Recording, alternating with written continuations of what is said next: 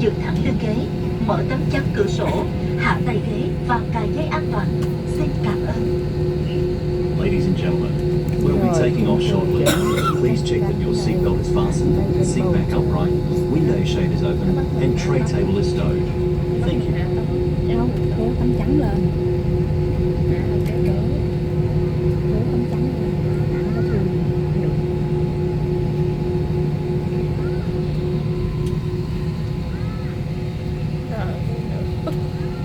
Hai đi. Hai. Tay ải, tay ai.